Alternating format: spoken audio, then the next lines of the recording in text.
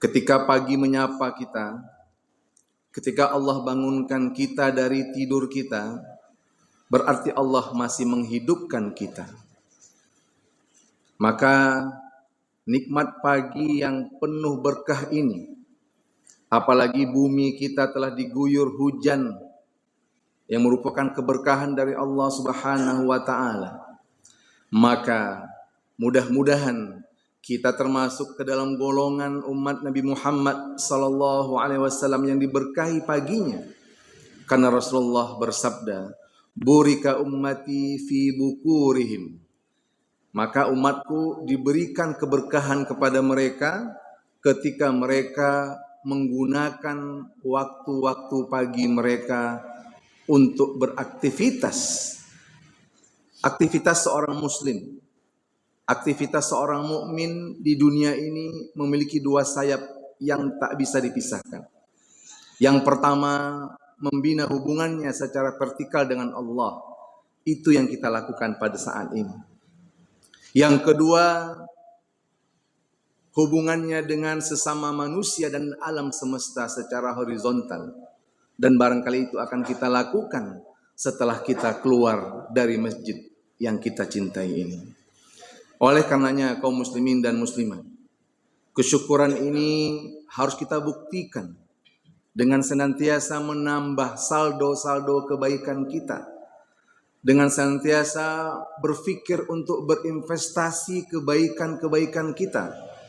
Karena sesungguhnya investasi terbaik bagi seorang manusia di dunia adalah dengan menanam kebaikan, baik pada dirinya, pada keluarganya, pada masyarakatnya, dan kepada alam semesta. Dan inilah yang akan menjadi bekal kita untuk kembali ke kampung nan abadi akhirat yang jauh nun di sana. Salawat beserta salam dengan ucapan Allahumma salli ala Muhammad wa ala ali sayyidina Muhammad. Semoga kita yang telah terpisah jauh dari Rasulullah jarak dan waktu, mudah-mudahan kita termasuk orang yang senantiasa bersolawat kepadanya. Lisan kita ketika kita diam, kita isi dengan salawat, kita isi dengan zikir-zikir kepada Allah. Karena dengan itulah akan membuat hati-hati kita tenang menghadapi cobaan dan ujian kehidupan ini. Kaum muslimin dan muslimat yang dimuliakan Allah Subhanahu wa taala, di pagi yang berbahagia ini, marilah terlebih dahulu kita mendoakan untuk bangsa kita. Tragedi demi tragedi terjadi di tanah ini. Terkadang kita miris, terkadang kita bertanya-tanya, apa yang sedang terjadi di tengah-tengah kita? Apakah Allah murka dengan kita? Apakah kita sudah berbuat dosa dan maksiat yang banyak sehingga ujian, cobaan datang silih berganti menghadapi dan mengiringi kita? Kita doakan semoga anak bangsa ini, semoga para pemimpin bangsa ini bisa menggunakan akal sehatnya, bisa menggunakan nuraninya, bisa saling duduk bertemu muka. Karena sesungguhnya bangsa kita bukanlah bangsa yang kecil. Bangsa kita adalah bangsa yang besar. Hampir 300 lebih suku dan bahasa dipersatukan dari Sabang sampai Merauke. Maka oleh karena itu kaum muslimin, mudah-mudahan dari Masjid Jamiatul Zahidin ini muncul kaum muslimin, kaum muslimat yang menjadi setawar sedingin, yang menjadi problem solver permasalahan-permasalahan yang ada di tengah kita. Karena sesungguhnya kehidupan kita di dunia ini misinya tidak hanya untuk hidup bagi diri kita sendiri.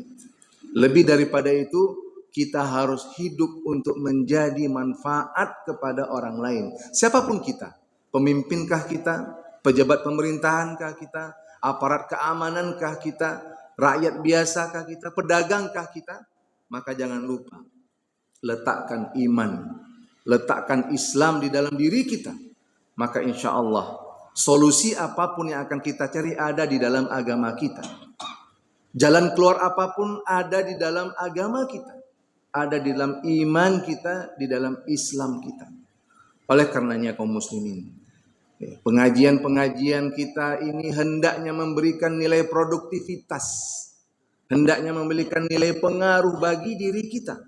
Keluar kita dari sebuah majelis ilmu bukan untuk berdebat akan sesuatu yang tidak penting, tetapi bagaimana kita keluar dari majelis ilmu mengeratkan kembali saf-saf kita yang terputus, merapatkan kembali barisan-barisan kita yang mungkin terkocar-kacir oleh segala ego-ego kita. Maka Rasulullah SAW ketika beliau hijrah ke kota Madinah, setelah beliau membangun Masjid Quba, di antara yang dilakukan Rasulullah adalah mempersaudarakan antara kaum muhajirin dan al-ansar. Karena kenapa? Rasulullah menyadari kaum muslimin bahwa cita-cita yang besar, bahwa sebuah harapan yang besar tidak akan mungkin kita wujudkan apabila kita lakukan dengan sendirian. Maka cita-cita yang besar tidak akan mungkin kita lewati kecuali ketika kita mampu untuk menyatukan hati-hati kita, hati-hati kaum muslimin, sehingga apapun yang terjadi, wahdatul islamiyah, al-ukhuwatul islamiyah adalah menjadi soko guru, menjadi bekal kita. Apapun perbedaan pendapat kita, pandangan kita dalam hidup ini, jangan sampai merusak saf-saf salat kita, jangan sampai merusak ukhuwah dan persahabatan kita. Karena sesungguhnya Islam datang di permukaan bumi ini untuk memberikan rahmatan lil alamin. Kaum muslimin dan muslimat sedang jemaah subuh yang dimuliakan Allah Subhanahu wa taala. Dalam kesempatan subuh yang berbahagia ini, kita akan mencoba sedikit mengkaji, memaknai tentang sebuah peristiwa yang dialami oleh Rasulullah sallallahu alaihi wasallam. Ketika kita belajar sirah an-nabawiyah, ketika kita belajar sejarah Nabi sallallahu alaihi wasallam, orientasi tujuan yang harus kita pahami terlebih dahulu adalah bahwa di samping kita belajar sirah itu sebagai pengetahuan, lebih daripada itu seharusnya seyogyanya sirah nabawiyah itu menjadi refleksi, menjadi tadabbur, menjadi hikmah, menjadi pelajaran yang bisa kita contoh di dalam kehidupan kita sehari-hari. Ya. Karena kalau seandainya kita berbicara tentang sebuah sejarah, ya, dan hanya sampai kepada menikmati ceritanya saja, maka kita belajar sejarah belum sampai kepada target yang kita inginkan. Maka poros kehidupan baginda Rasulullah, ya, dari dalam sirah nabawiyah ini, ya, mungkin dalam kesempatan ini kita akan memulainya dari setelah bi'satun Nabi sallallahu alaihi wasallam, dari semenjak diutusnya Nabi Muhammad sallallahu alaihi wasallam pengemban risalatul Islam. Ya, di dalam surah Al-Ahzab Allah berfirman, "Laqad kana lakum fi Rasulillahi uswatun hasanatun." Sungguh, ya, kata Allah Subhanahu wa taala, pada diri Rasulullah SAW tersebut ada contoh tauladan yang baik. Ya. Untuk siapa? Liman kana yarjullaha wal yawmal akhir wa zakarallaha katsiran.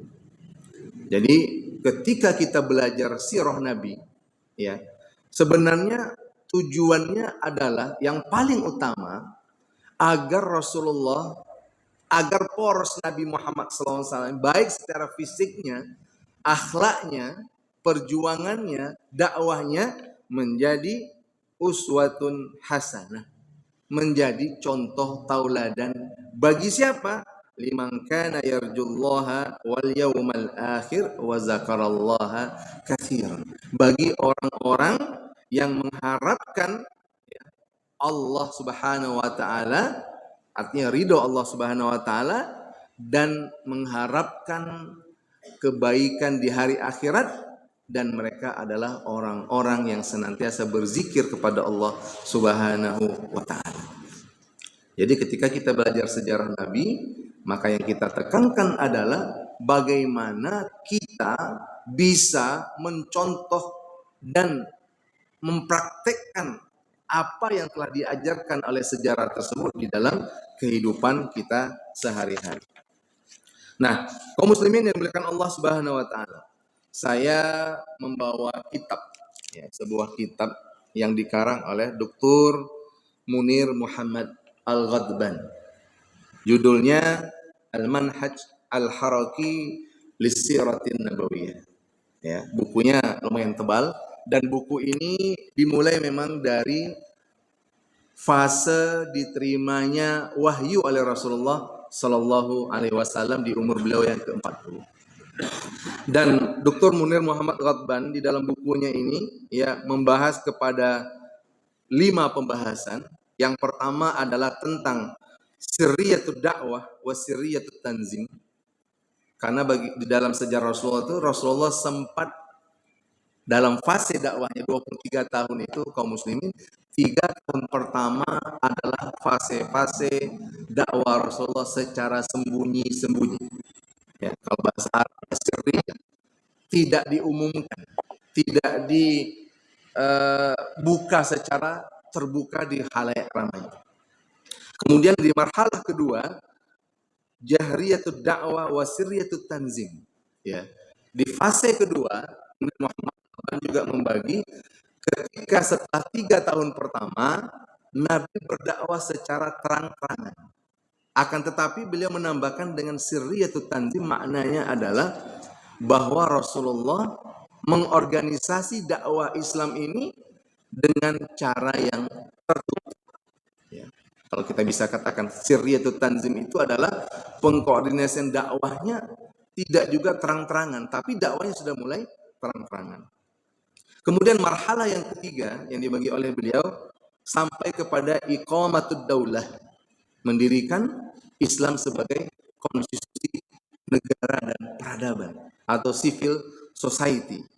Kemudian marhalah keempat adalah ta'sisud daulah wa tasbitu da'aimuha, pengokohan, ya, pengokohan, ya, eksistensi dari sebuah sistem Islam yang sudah menjadi konstitusi, yang sudah menjadi institusi kehidupan kaum muslimin ketika itu.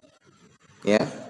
Kemudian yang terakhir beliau membagi dalam fase kelima, al-jihad as-siyasi wa intisaru ar-risalah.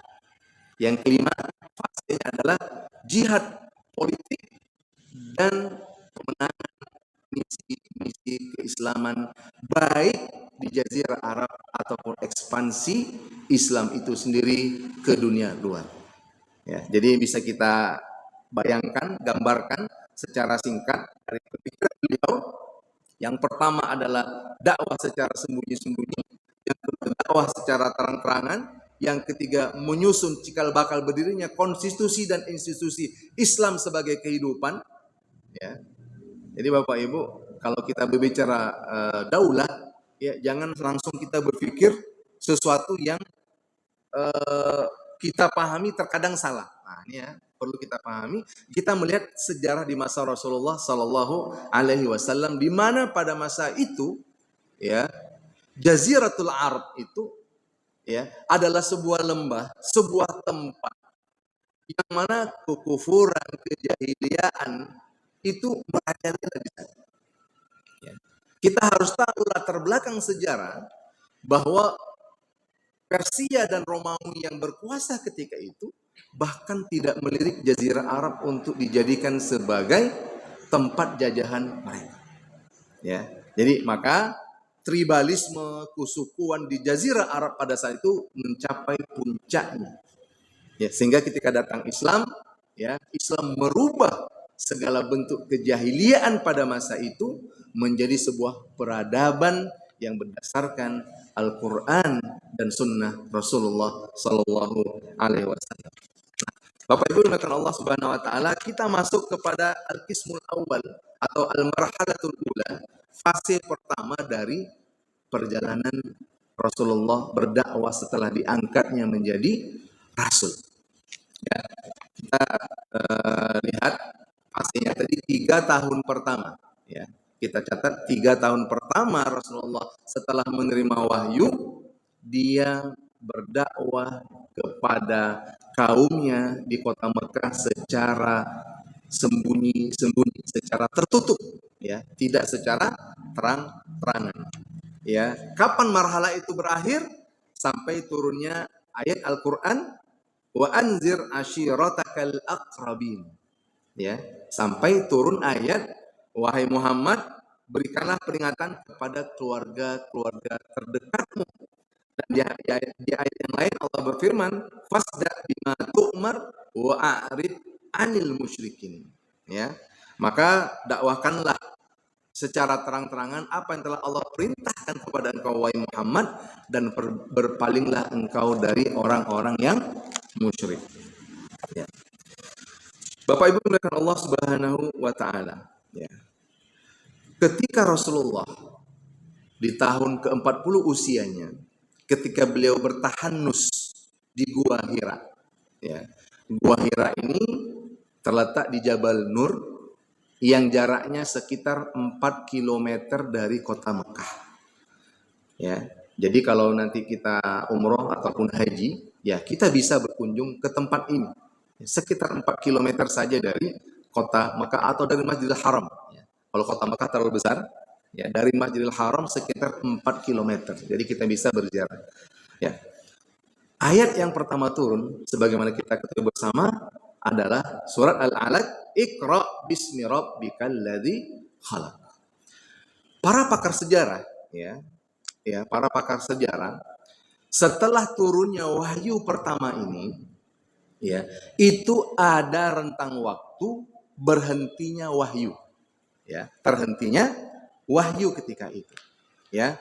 Maka Al-Makrizi dalam kitabnya Imta'ul Asma, ya, dalam kitabnya Imta'ul Asma, ya, menyebutkan bahwa berbagai macam versi pendapat mengatakan, ada yang mengatakan jarak wahyu pertama dengan berikutnya itu 2 tahun.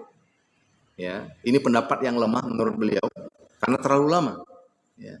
Ada yang mengatakan pendapat berikutnya bahwa jaraknya adalah arba'ina yauman, 40 hari antara wahyu pertama dengan wahyu berikutnya. Dan ada pendapat lain mengatakan bahwa khamsata asyara yauman, 15 hari. Ada yang mengatakan pendapatnya salah satu ayyam, 3 hari. Dan pendapat ini yang diperkuat oleh Al-Makrizi dan kebanyakan mayoritas sejarawan, bahwa rentang waktu wahyu pertama dengan wahyu berikutnya adalah 3 hari. Bukan 15, bukan 40, dan bukan 2 tahun. Ya. Apa dalilnya? Ya, dalilnya adalah firman Allah Subhanahu wa taala, ya ayyuhal muddatsir qum fa'anzir wa rabbaka fakabbir wa thiyabaka fatahhir. Ya, kita tahu dalam sejarah Bapak Ibu, ketika Rasulullah menerima wahyu pertama dan beliau merasa syok, kaget, terkejut, dan pulang kepada istri beliau Khadijah, beliau mengatakan apa? Zammiluni, zammiluni, selimuti aku, selimuti aku. Ya, ini peristiwa yang terjadi pada saat itu. Dan ketika turun ayat, ya ayyuhal muddatsir, ya, para ulama sejarah mengatakan bahwa ini sangat relevan dengan rentang waktu Rasulullah menerima wahyu sampai beliau pulang ke rumahnya dan sampai datang ayat ini yang meminta, wahai orang yang berselimut, ya ayyuhal muddatsir, wahai orang yang berselimut, kum fa'anzir, bangunlah dan berikanlah peringatan. Artinya bergeraklah untuk memulai menyampaikan risalah wahyu ini. Wa rabbaka fakabbir, dan Tuhanmu maka agungkanlah, ya, bertakbir. Wa thiyabaka fatahhir, dan bersihkanlah pakaianmu. Kaum muslimin, dari ayat ini para mufassir menyampaikan kepada kita bahwa seorang dai, Seorang mukmin dia harus ketika memulai dakwahnya, maka yang pertama yang harus dia lakukan adalah warabbaka fakabbir. Ya. Maka Tuhan engkau, maka agungkanlah. Allahu Akbar. Itu artinya apa? Allah Maha Besar. Ketika kita bertakbir kepada Allah kaum muslimin, maka selain Allah itu akan kecil di hadapan kita. Ya. Wasiyabaka fatahhir. Seorang dai, seorang mukmin, ya, seharusnya ketika dia berdakwah di tengah-tengah umat, di tengah-tengah masyarakat, maka fisiknya, lahirnya harus bersih, dan lahirnya juga tidak cukup bersih, namun batinnya juga harus ikut bersih. Maka dengan cara itu seorang dai, seorang muslim akan menjadi contoh tauladan terbaik di tengah-tengah masyarakatnya. Nah, kaum muslimin yang dimuliakan Allah Subhanahu wa taala, ya. Jadi dari kata-kata Al-Makrizi tadi disimpulkan bahwa 3 hari saja jarak waktu antara wahyu pertama dengan wahyu yang kedua. Ya. Kemudian, ya, kalau kita lihat, ya, dakwahnya Rasulullah selama 3 tahun itu secara sembunyi-sembunyi, ya, sebenarnya ini berkaitan erat dengan kondisi masyarakat jahiliyah ketika itu, ya. Walaupun Rasulullah SAW berasal dari suku yang terpandang, ya, Rasulullah itu dari Banu Hashim, ya, dari suku yang terpandang di Quraisy, ya, akan tetapi, ya, Rasulullah juga berdakwah secara tertutup dengan orang-orang yang terdekat yang berada di sekitarnya, dan ini merupakan pelajaran terpenting juga buat kita, ya. Karena kaum muslimin, sesuatu pemikiran, sesuatu cita-cita, bahkan dulu mungkin kemerdekaan kita Indonesia, ya, para founding father bangsa kita ini juga ketika memulai pergerakan kemerdekaan ini juga tidak ramai-ramai, ya, juga tidak ramai-ramai. Dimanapun peradaban yang kita lihat, ya, peradaban dunia manapun, sebuah kebangkitan bangsa itu juga tidak dimulai dengan sesuatu yang ramai-ramai. Selalu dimulai dari sesuatu yang kelompok yang sangat kecil, bahkan lebih kecil dari pandangan manusia. Itu yang dijalankan oleh baginda Rasulullah Sallallahu Alaihi Wasallam ketika berada di kota Mekah. Ya, maka di dalam fase ini, ya, kita melihat bahwa Rasulullah yang pertama didakwakannya adalah siapa? Khadijah binti Khuwailid radhiyallahu anha, istri beliau sendiri. Ya, karena seorang nabi, seorang suami, ya, ketika menerima wahyu dalam kondisi shock dan terkejut dengan wahyu yang dia terima, dia kembali kepada istrinya, dan Khadijah kaum muslimin adalah seorang yang sangat setia kepada baginda Rasulullah dalam sepanjang hidup mereka. Ya, bahkan selalu saya sampaikan, Khadijah itu sempat selalu berkata kepada Rasulullah, "Wahai ya Rasulullah, seandainya suatu saat nanti aku telah tiada, ya, dan engkau masih membutuhkan aku untuk melanjutkan perjuanganmu ya Rasulullah, dan engkau butuh jembatan yang bisa mengantarkanmu ke suatu tempat, maka galilah olehmu kuburanku, ambillah tulang-tulang berulangku dan sambungkanlah ia sehingga engkau bisa berjalan di atas." Jadi terkadang kita melihat, membaca seperti ini seolah-olah ini sesuatu yang utopia, sesuatu yang mengada-ngada. Tidak. Begitulah kecintaan Sayyidah Khadijah radhiyallahu anha kepada baginda Rasulullah sallallahu alaihi wasallam. Maka kita lihat siapa-siapa saja yang Islam di awal-awal tersebut, ternyata kalau kita kaji sejarah, itu adalah nuatud dakwah, inti-intinya dakwah. Ya. Nuat itu artinya kayak dalam pohon itu kayak apa, tampang, biji. Ya. Jadi kalau tanaman itu, kalau biji sawit, ya kan, biji sawit yang kuat itu, ya, bibit ya, kalau bisa katakan seperti itu, adalah kalau tanaman, ya, itu bibit unggulnya. Jadi orang-orang yang pertama masuk Islam ini bukan orang sembarangan, ya. Jadi maka kita lihat dalam perjalanan berikutnya, ya, Khadijah radhiyallahu anha, Abu Bakar bin Siddiq, ya, radhiyallahu anhu, Ali bin Abi Thalib radhiyallahu anhu, Zaid bin Haritsah radhiyallahu anhu, dan seterusnya, itu adalah bibit-bibit unggul akidah dakwah Islam di awal-awal. Jadi kalau seandainya kita ingin bercocok tanam sawit dan apapun itu tanamannya, maka pilihlah bibit yang unggul. Bibit unggul ini insya Allah dia kuat. Ada hama dia masih bertahan. Ya, ada hujan lebat, ya, banjir dia masih bertahan. Nah, begitu perkiraannya, perumpamaannya dengan mereka-mereka yang Islam as-sabiquna al-awwalun. Ya, pada masa itu. Nah, kita lihat kaum muslimin bahwa Rasulullah ketika ya mengajak orang-orang terdekatnya, Abu Bakar itu siapa? Sahabat dekat beliau. Kita kalau dalam hidup ini Bapak Ibu, pasti yang kita lakukan adalah duduk bersama orang-orang yang dekat dengan kita. Ya. Ketika kita gelisah, maka orang yang akan kita temui adalah orang-orang yang dekat dengan kita. Ya. Rasulullah ketika menerima wahyu dan risalah ini, ketika telah mendakwakan kepada istrinya Khadijah, dia tidak berhenti sampai di situ. Dia ajak Abu Bakar As-Siddiq, dia ajak Ali bin Abi Thalib, dan dia Islamkan budaknya Zaid bin Haritsah. Dan kita lihat kaum muslimin, ya, di tangan Abu Bakar As-Siddiq radhiyallahu anhu itu masuk Islam tokoh-tokoh yang luar biasa. Ya. Siapa di antaranya? Utsman bin Affan. Jadi Utsman bin Affan itu masuk Islam lewat Abu Bakar As-Siddiq. Jadi kalau kita lihat ini pasukan khususnya Nabi. Ya, Kopassusnya Nabi SAW. Yang kedua Az-Zubair ibnul Awwam. Ini juga tokoh besar dalam sejarah Islam. Kemudian Abdurrahman bin Auf.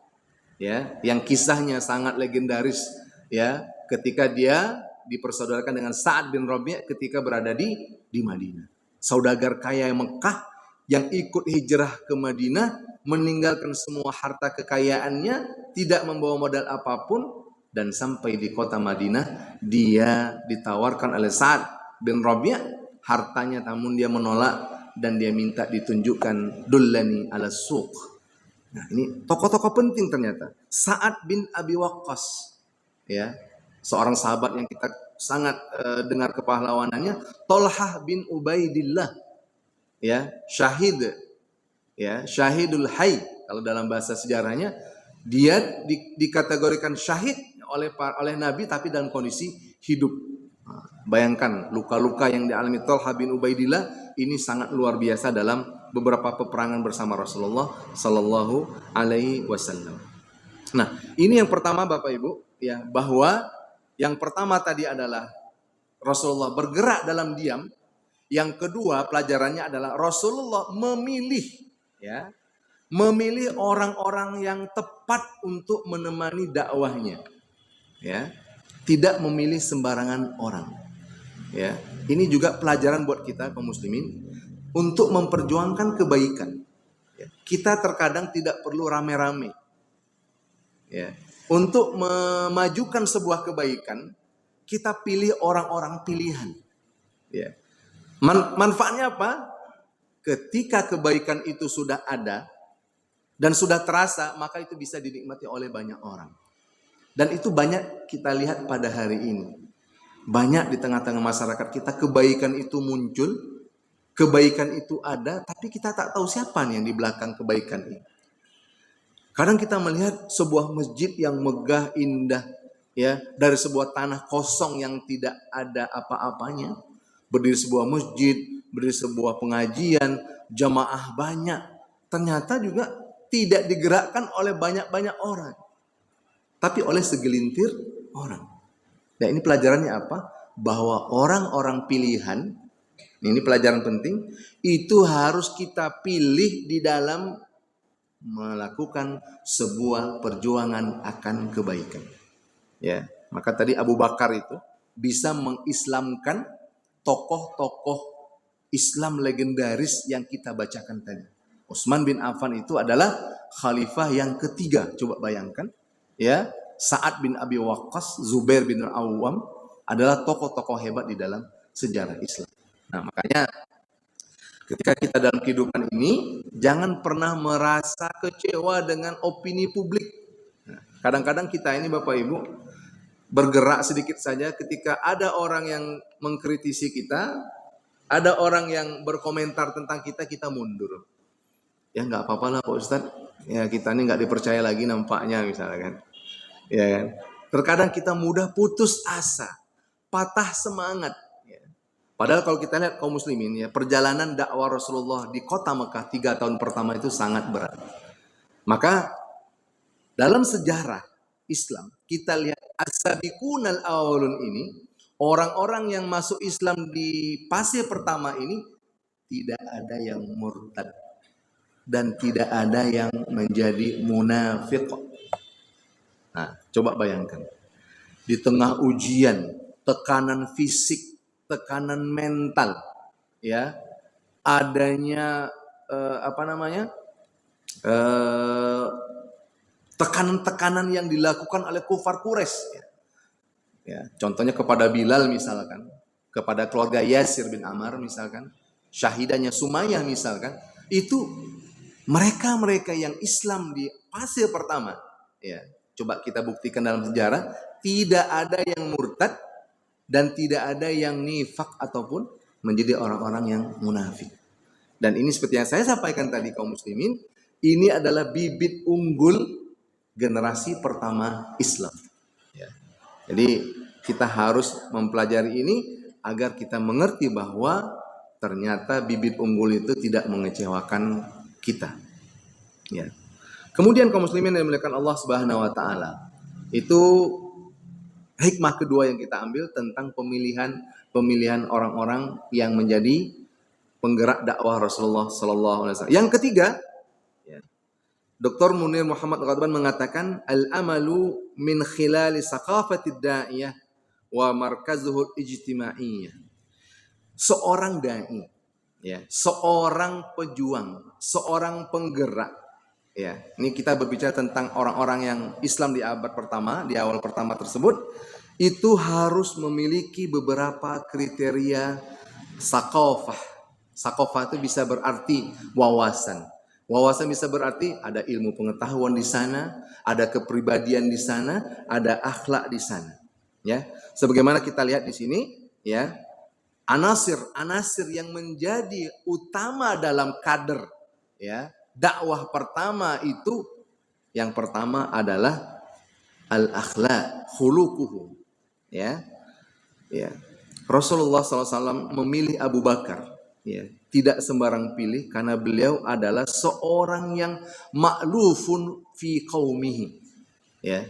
Kenapa dia ma'lufun fi qaumihi? Li'annahu muhabbaban sahlan. Apa artinya? Beliau orang yang dicintai dan orangnya sangat mudah. Apa artinya mudah Bapak Ibu? Mudah itu artinya orangnya tidak banyak cerita. Apa artinya mudah itu Bapak Ibu? Orangnya tidak banyak komentar. Apa itu mudah itu Bapak Ibu? Orangnya lurus-lurus aja. Muhabbaban sahlan. Bapak Ibu, ini penting bagi seorang penggerak kebaikan. Ya. Seorang penggerak kebaikan hatinya harus lembut. Seorang penggerak kebaikan harus dicintai kaumnya, dicintai oleh orang-orang sekitarnya. Ya. Bagaimana kita menyampaikan sebuah kebenaran kalau kita tidak dicintai? Bagaimana kalau kita mencontohkan sebuah kebaikan kalau seandainya kita ini jauh dari nilai-nilai kebaikan tersebut? Ya, maka Abu Bakar itu, jadi kalau kita lihat baca sejarah Bapak Ibu, sebenarnya ya orang kedua yang paling berperan dalam dakwah Rasulullah adalah Abu Bakar. Karena Ali bin Abi Thalib ketika itu masih berusia 10 tahun ketika masuk Islam. Ya, masih sobiyun, masih. Jadi Abu Bakar inilah yang menjadi prototipe, menjadi contoh, ya, sampel teman dakwahnya Rasulullah. Jadi beliau apa? Wa kana rajulan ma'lufan liqaumihi. Jadi dia orang yang di tengah-tengah kaumnya itu adalah pribadi yang diterima. Makluf diterima. Ya. Jadi dimanapun kita berada Bapak Ibu, jadilah kita orang yang diterima bukan karena harta kita. Bukan karena jabatan kita. Bukan karena posisi kita. Ya. Tetapi karena kepribadian kita. Jadi Abu Bakar ini ma'lufun fi qaumihi.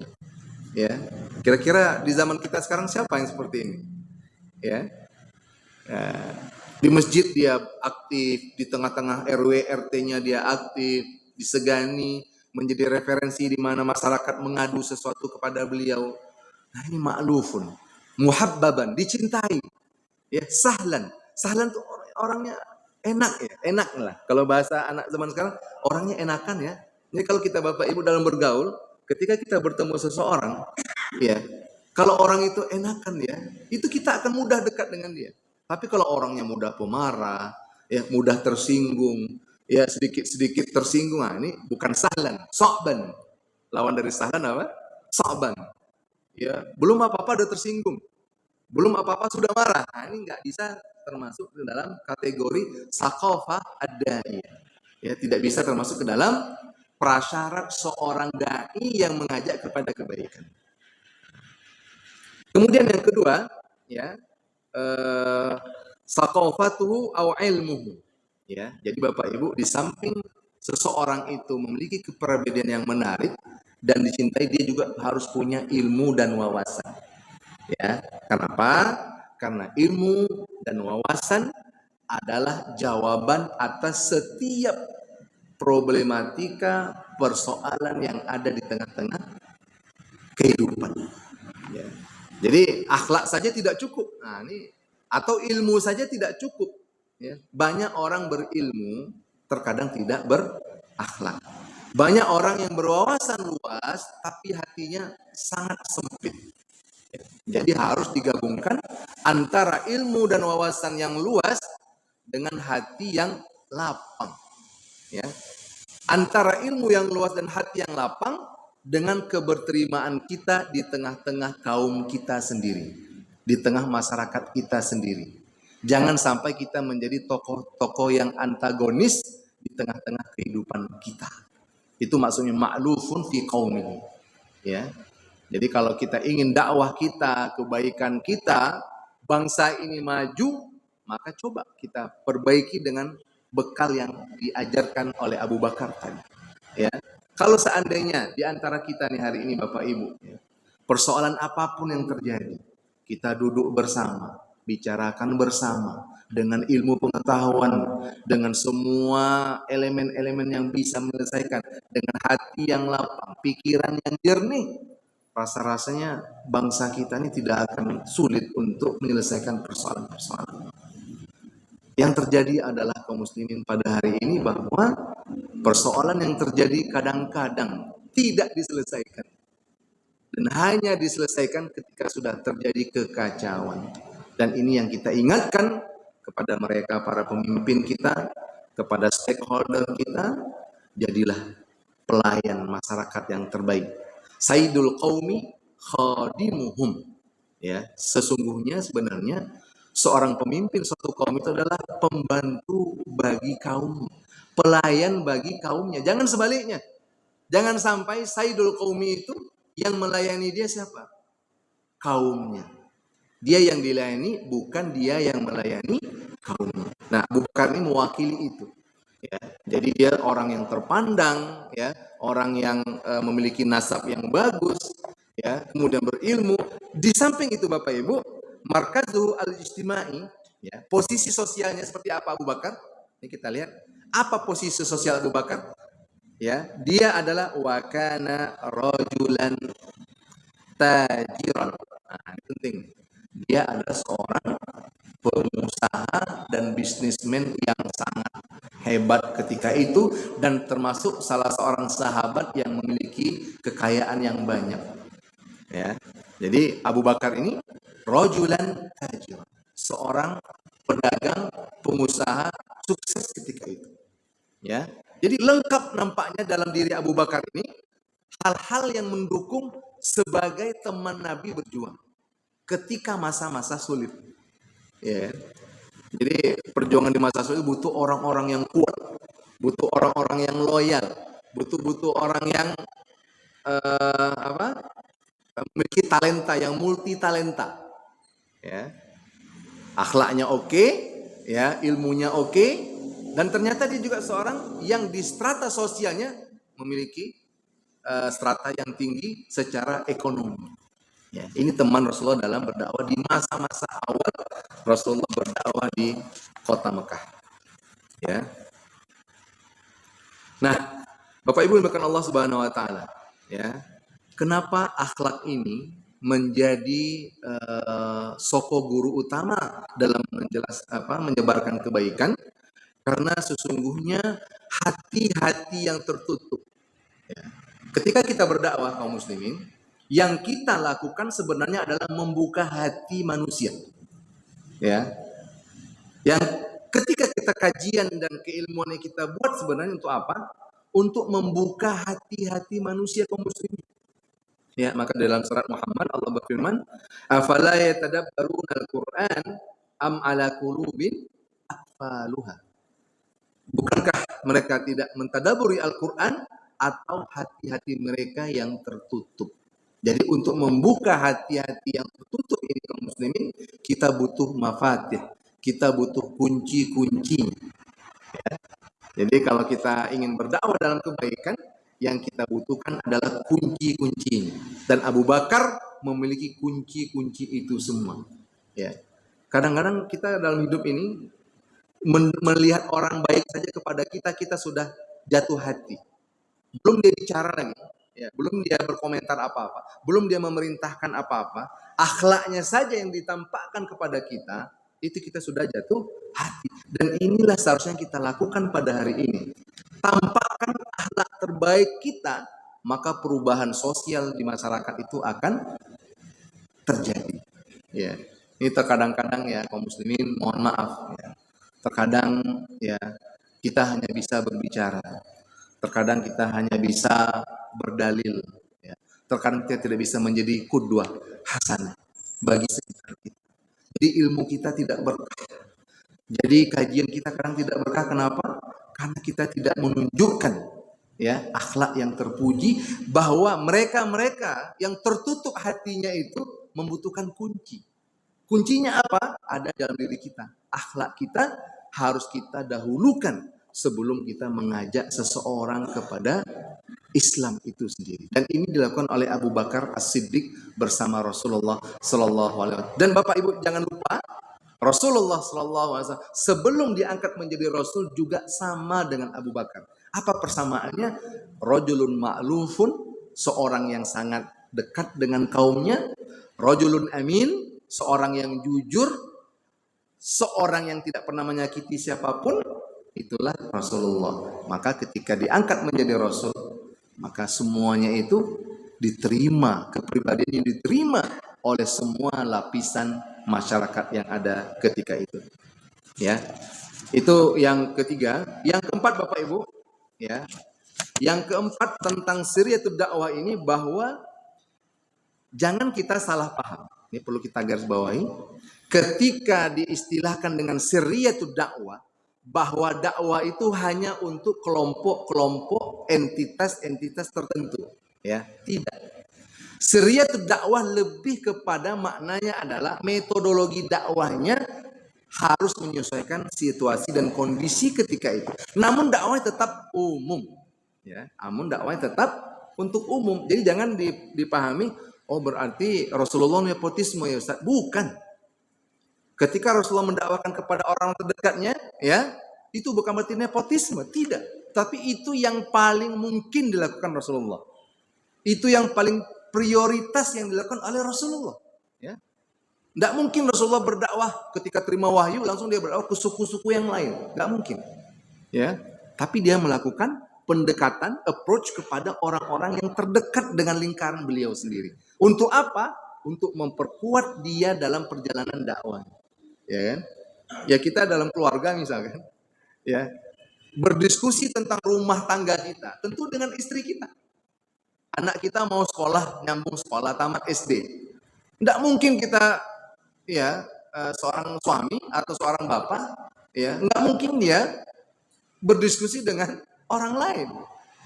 Pasti dengan orang terdekat. Jadi itu logikanya. Jadi Bapak Ibu, siriyatul dakwah tadi yang saya sampaikan, maknanya bukan hanya dakwah Nabi khusus kepada golongan-golongan tertentu, ya, tapi sifatnya umum, tapi caranya yang tertutup, ya, terbatas. Kalau bahasa tertutup ini kadang-kadang bisa bikin maknanya ambigu ya, tapi terbatas. Ya. Jadi tidak terang-terangan ya. Ini kalau kita sekarang ini kan dakwah terang-terangan nih.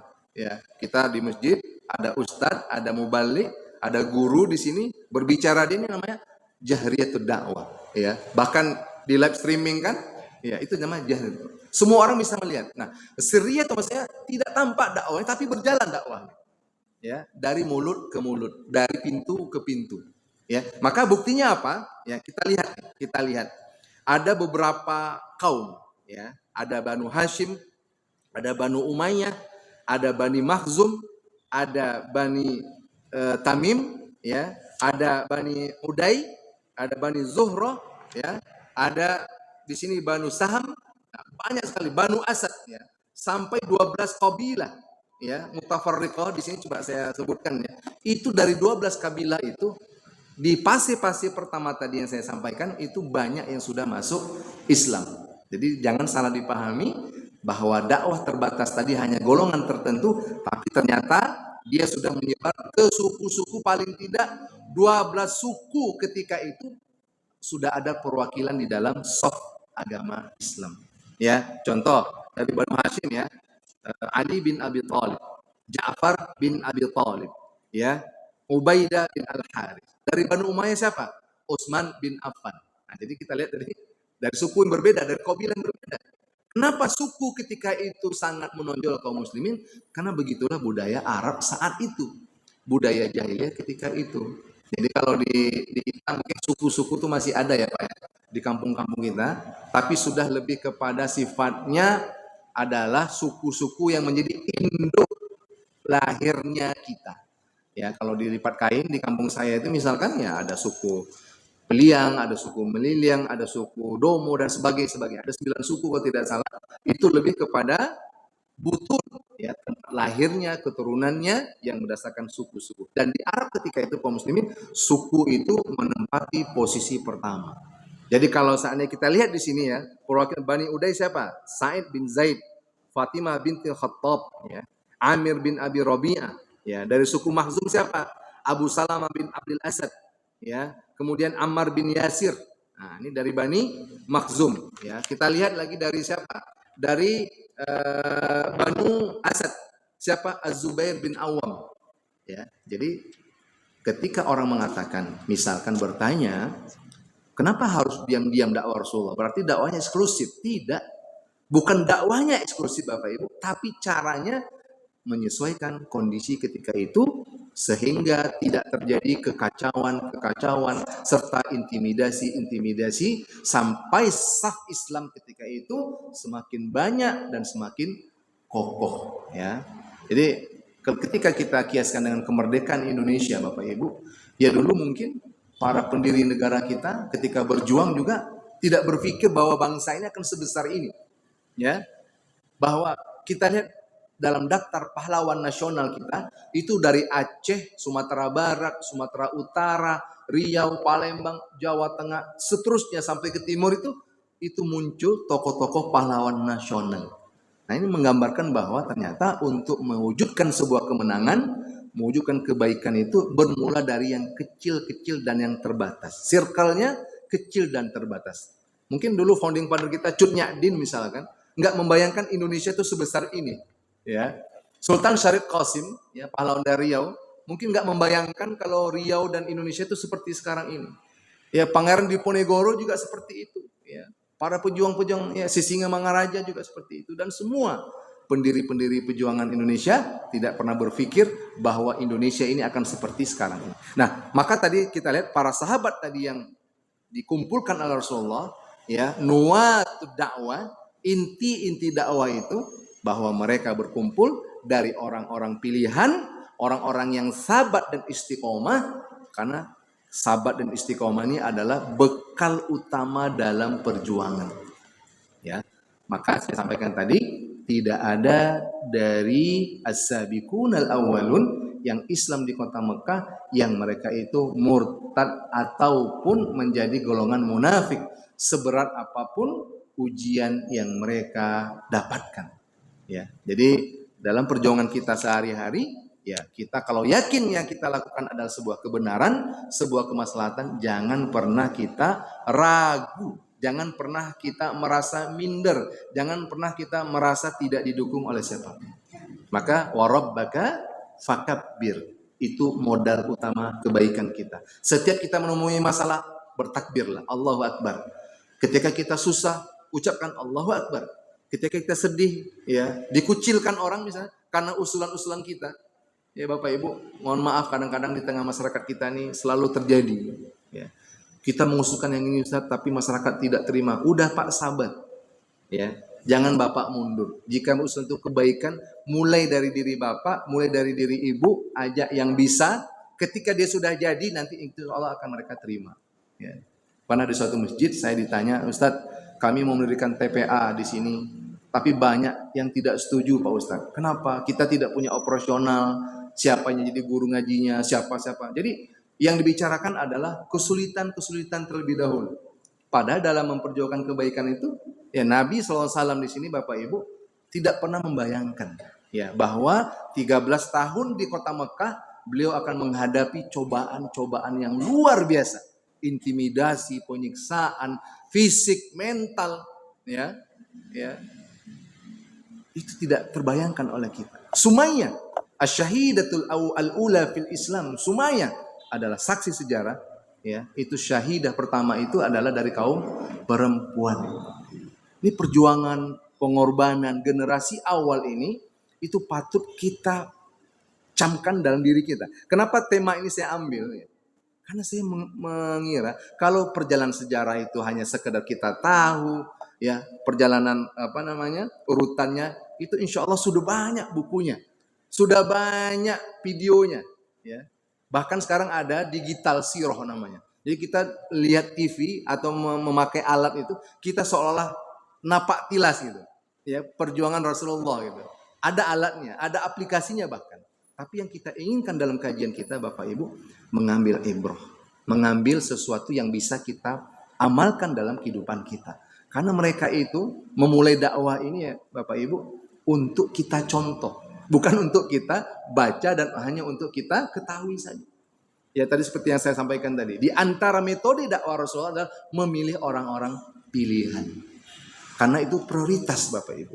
Makanya dalam memperjuangkan kebaikan, jangan paksa orang tidak mau. Jangan paksa orang yang tidak punya minat. Tapi ajaklah orang yang punya kemauan dan punya keinginan. Insya Allah jadi. Ya, nah, itu yang kita ambil dari pelajaran Abu Bakar dan orang-orang pertama yang masuk ke dalam Islam. Nah, kemudian pelajaran berikutnya Bapak Ibu yang dimuliakan Allah Subhanahu wa taala, ya. Ketika Rasulullah berdakwah di kota Mekah, beliau tidak melawan intimidasi dengan intimidasi. Ya. Al-mu'ayyashatu bainal muslimina wa ghairuhum. Jadi Rasulullah dalam manhaj dakwahnya di awal-awal itu tidak berbenturan. Nah, ini kita pelajarannya apa buat kita? Kalau kita punya proyek kebaikan, kalau kita punya misi kebaikan, lakukan tanpa berbenturan. Ibarat air itu dia mengalir mencari ruang yang kosong. Ya, ini pelajaran Pak. Ya, ini dilakukan oleh Rasulullah. Di sini Rasulullah disebutkan oleh Dr. Muhammad Munir Ghotban bahwa dalam kondisi apapun Rasulullah berpesan kepada para sahabat jangan melawan, tapi menghindar.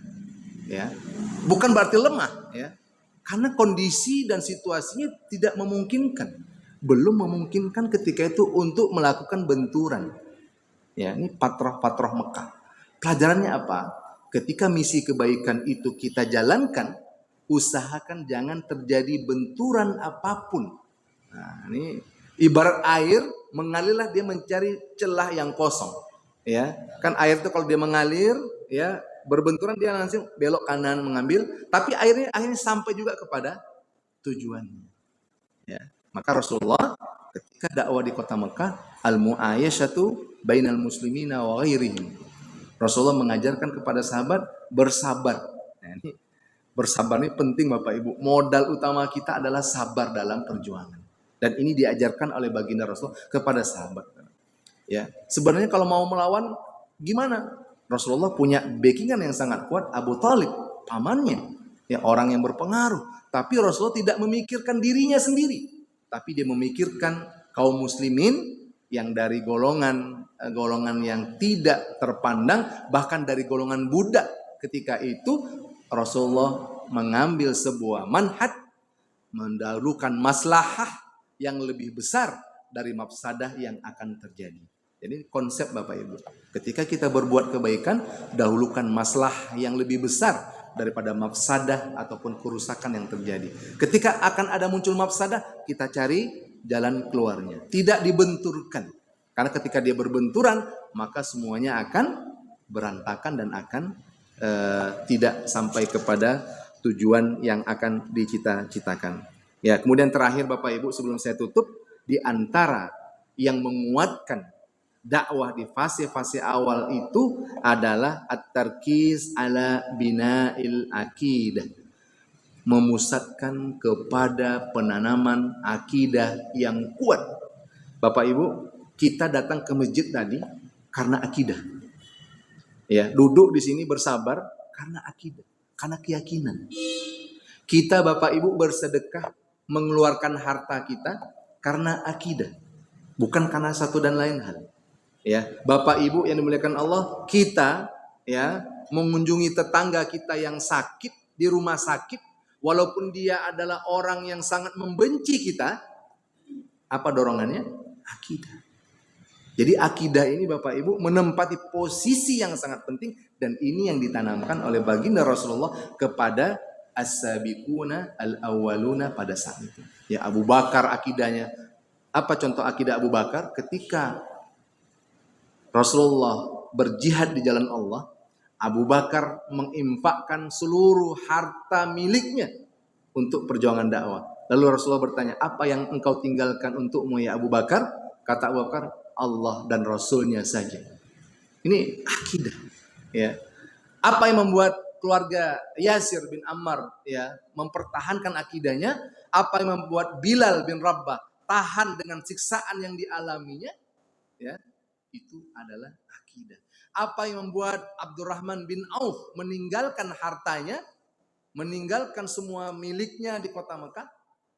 Adalah akidah yang kuat dan keyakinan kepada Allah Subhanahu wa taala. Jadi, kaum muslimin yang dimuliakan Allah, bahwa akidah bisa merubah segalanya, akidah merubah yang mustahil menjadi mungkin, dan akidah bisa mengantarkan seseorang mempertahankan prinsip-prinsip hidupnya tanpa goyah sedikit pun. Mudah-mudahan kita yang jauh hidup dari masa Rasulullah, ketika kita tadi membaca, ketika tadi menelaah sirah Nabi ini, yang perlu kita tanamkan adalah mari kita amalkan sedikit demi sedikit, ya. Karena sesungguhnya kaum muslimin, ilmu yang berkah itu adalah ilmu yang diamalkan. Ilmu yang tidak berkah adalah ilmu yang hanya menjadi konsumsi otak kita tanpa kita transformasikan, tanpa kita terjemahkan di dalam perilaku kita. Ketika ilmu itu kita amalkan, maka insya Allah keberkahan ilmu itu akan selalu bertambah, dan kita akan pada akhirnya menjadi orang-orang yang bijaksana. Barangkali sebelum kita tutup, mari kita tutup dengan doa bersama. Mudah-mudahan pagi kita ini semakin berkah kaum muslimin dan muslimat. A'udzubillahi samil alim minasyaitonir rajim. Bismillahirrahmanirrahim. Alhamdulillahirabbil alamin, wassalatu wassalamu ala asrofil anbiya'il mursalin wa ala alihi wa sahbihi ajma'in. Allahumma fil lana dzunubana wa liwalidayna warhamhuma kama rabbawna shighara. Allahumma fil lil mu'minina wal mu'minat wal muslimina wal muslimat al ahya'i minhum wal amwat innaka sami'un qaribun mujibud da'wat wa ya qadiyal hajat. Rabbana zalamna anfusana wa illam taghfir lana wa tarhamna lanakunanna minal khasirin. Allahumma shrah lana sudurana wa yassir lana umurana wahlul 'uqdatam min lisanina yafqahu qawlana. Allahumma zid lana ilman warzuqna fahman. Allahumma alif baina qulubina wa aslih zata bainina wa wahhid sufufana wansurna ala a'daina bi rahmatika ya arhamar rahimin. اللهم انصر إخواننا المجاهدين في فلسطين، اللهم انصر إخواننا المستضعفين في غزة، اللهم انصرهم نصرا عزيزا، اللهم انصرهم نصرا مبينا، اللهم كن معهم ولا تكن عليهم يا رب العالمين. ربنا تقبل منا إنك أنت السميع العليم، وتب علينا يا الله إنك أنت التواب الرحيم. ربنا آتنا في الدنيا حسنة وفي الآخرة حسنة وقنا عذاب النار. اللهم اختم أعمالنا وآجلنا بأحسن الخاتمة والسعادة، ولا تختم علينا يا الله بسوء الخاتمة والسقاء. سبحان ربك رب العزة عما يصفون، وسلام على المرسلين، والحمد لله رب العالمين. تقبل الله منكم منا ومنكم تقبل يا كريم. والسلام عليكم ورحمة الله وبركاته.